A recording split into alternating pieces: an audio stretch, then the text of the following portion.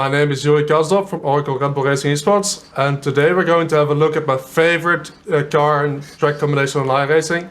This is the LMP2 for IMSA, week 10 of season 3 on iRacing. This is really like, it's very high adrenaline this lap. The car is very quick, there's a lot of curbs, the car bounces a lot over the curbs, you need to line your car up exactly for a lot of the curbs to be fast. Can't wait to show you guys how to drive it, let's go. Alright, so here we are starting the lap. Coming into the last chicane. Here on race field as always. Got a bit of heat into the tires already. The first lap is always slippery. Coming to the main straight. And we get the sector 1 immediately where it starts getting crazy. To get towards the inside. Line the car up on the left side here on the curb.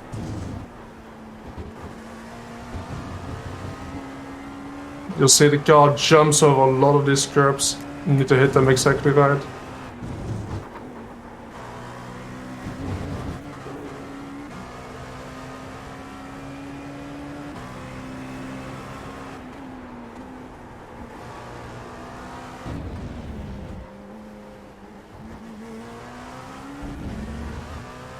Very tricky corner there. 90 degree into the back straight. Because the rear has no grip almost at all. Wants to step out at every possibility it can. Come up the last chicane, try to line it up.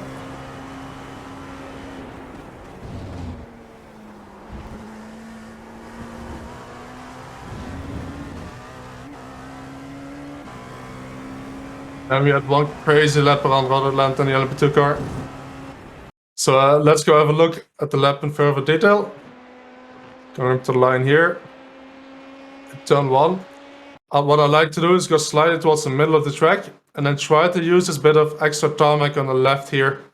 Careful not to clip the grass here with the recent controversy. So go to the outside or the middle of the track instead of staying on the left side. You can also stay on the left side. It makes it a bit easier to get your entry spotter for turn 1, but you miss out on like this extra like half a meter to a meter extra track that you can use on the left side here. So try to open the car up the corner up here as much as I possibly can. Bring the car over to the left, slight tap on the brakes to get the front pointed, and immediately start letting the car roll towards the apex, which is the kink in the curb here. Try to get a throttle as early as possible. If you go very close to this curb or on this curb here, the car starts understeering. So you want to stay away from that. Now we get to a very tricky part here at the top of the hill. Let's go to cockpit cam, because you can't see exactly where this curb is, so you need a reference. So what I try to do is when I get to the top of the hill, to be slightly inside of this line in the track here. So I try to be a bit to the right, so close to this second line in the track, and then start going to the left so that on top of the hill, I'm coming to the left of this line. And then you'll see the curb on the left start up here. And this curb is where we want to end up on. So we want to end up on the curb and try to brake as much in the straight line on this curb here. And to brake in a straight line again, we have to make sure that we're coming from the middle of the track here. Try to go slightly to the left of this line at the top of the hill. That way, if you do this line, you get towards this curb here as straight as possible, which allows you to brake without upsetting the car too much. So then we're braking close to the grass as possible. Get to the left side here, and then this curb here you can really jump over if you get the right line into it. If you start to turn in too late, you'll start to understeer off the track here. So let's play it from the onboard. You want to hit this curb with the right angle. And you want to jump, and when you land, the car can jump up a bit, but you want to have the right angle towards this curb on the inside here. Again, if you enter too shallow, you will start bouncing towards the inside here and get to up until this curb too early. So you want to end up on this curb. You can ride this curb all the way around the inside here. Be careful of not having too much steering input here. If you steer too much, it can be that the rear steps out before the front. And you want to hold it tight here. One thing to note as well in this corner for the traffic. If you can, if there's GT cars here, there's a lot of time to gain with GTs. If you can jump them before the corner, way before the corner, you want to clear them here. But if it would be that you're side by side with the GT car here, you're going to lose a lot of time by having a bad entry here, and a GT car will most likely try to keep it around the outside and not lose much time. So instead of trying to go side by side with a GT car here, what I would recommend doing is sticking behind, leaving a bit of a gap, and then making sure that you time it, that the moment the GT car goes over this bump, you're coming up with a bit more speed, and then you can get a really good exit around the outside here, and you can pass them easily before the next right-hander again. That way you have a better exit and you can run better speed all the way up until turn 5. And you should gain a bit of time compared to trying to make it too wide here, and it's less risky. The only thing you need to make sure of is that you've got a bit of extra run out of the corner, so that you can clear the GT car before you get to the next right-hander here, otherwise you're side by side again, and one of you might lose a lot of time or get contact and end the race. So for the hot lap, you don't care about that too much. This bit here as well, you can't really overtake GT cars. So what you want to do with these GT cars is leave a bit of space and try to make sure that you catch up with extra speed on the corner exit, so you have a better run on the next straight. There's no point in trying to be on the bumper of the GT car and then exiting with the same speed as the GT would have. You're losing time if you do that. On the hot lap though, what we want to do is get the car over to the left side here, and we want to use this curb on the right. But we want to only get onto the curb after this first kink here. So we want to make sure that we come from the left. We don't want to jump up on here, that makes the car bounce too much. We want to drive on it from here. So it looks a bit like this. Then we want to brake as close to this grass as possible and have the car again straight when you're braking.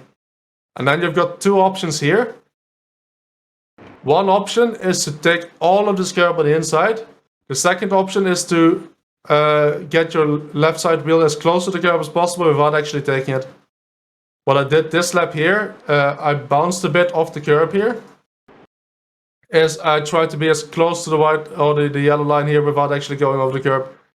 If you do it in the middle and you take a bit of curb, it upsets the car too much and it starts bouncing too much. If you take all of it, the car should stay fairly settled. So again, try to brake in a straight line here. I locked up slightly. Try to be a bit more off the brakes if you can. That will avoid the lockup and have a bit more turning into the corner. Again, as close to this as you can.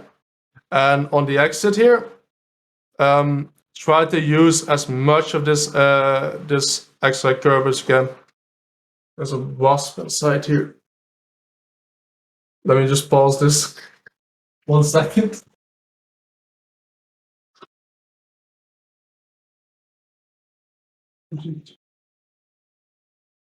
Yeah, probably best not get stung, dude. Yeah, it's not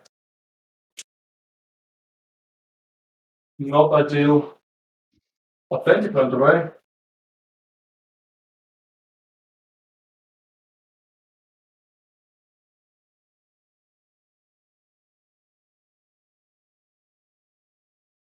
Getting the editor some extra time to edit here.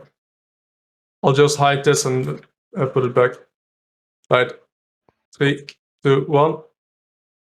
Sorry about that. So you want to get as close to this white line as possible, and then we get to the exit curb here, and you want to do most of the turning in this corner before you get to this edge of the curb. So you want to get the car straightened up as much as you can.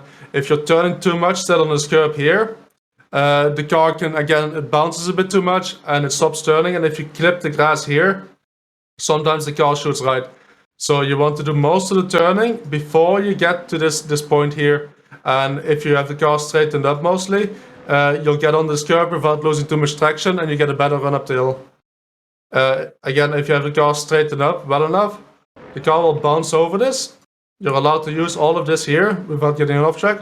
The car will bounce over this, but you won't lose time. And we get to the double right-hander. Again, I try to tap the brake just before the second white line. Tap the brake quite heavily, get the front pointed, and then try to keep the car pointing towards the inside. So again, just before this line, tap the brake quite heavily, down to third gear, get towards the inside apex, and try to get your car on this curb on the left side here on the corner exit. This curb will try to catch your car a bit, so it can feel like you're gonna miss the apex or miss the exit of the corner here, but the curb will catch you that last bit.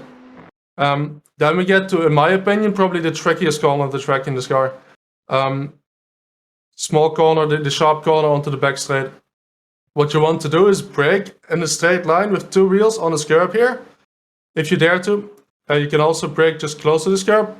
But from this point where you go off the curb towards the apex, if you have too much brake input, the rear of the car will try to step out, and we want to avoid that.